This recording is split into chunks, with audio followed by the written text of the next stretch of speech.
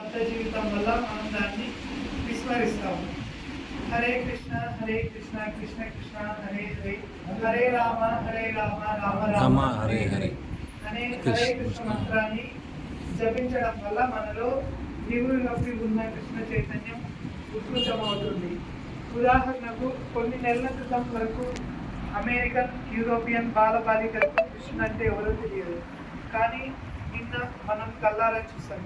రథయాత్ర పొడవునా ప్రపంచమంతటా కృష్ణ చైతన్య ఉద్యమం జరుగుతున్న వార్షికోత్సవం. ఈ బాలబాలికలు హరే కృష్ణ మహామంత్రాన్ని జపిస్తూ ఆనంద పారవశ్యంలో నాట్యం చేశారు. అది కృత్రిమం అని మీరు అనుకుంటున్నారా? ఎంత మాత్రం కాదు.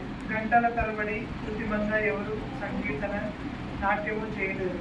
ఒక ప్రామాణికమైన విధానం ద్వారా వారు తమలోని కృష్ణ చైతన్యాన్ని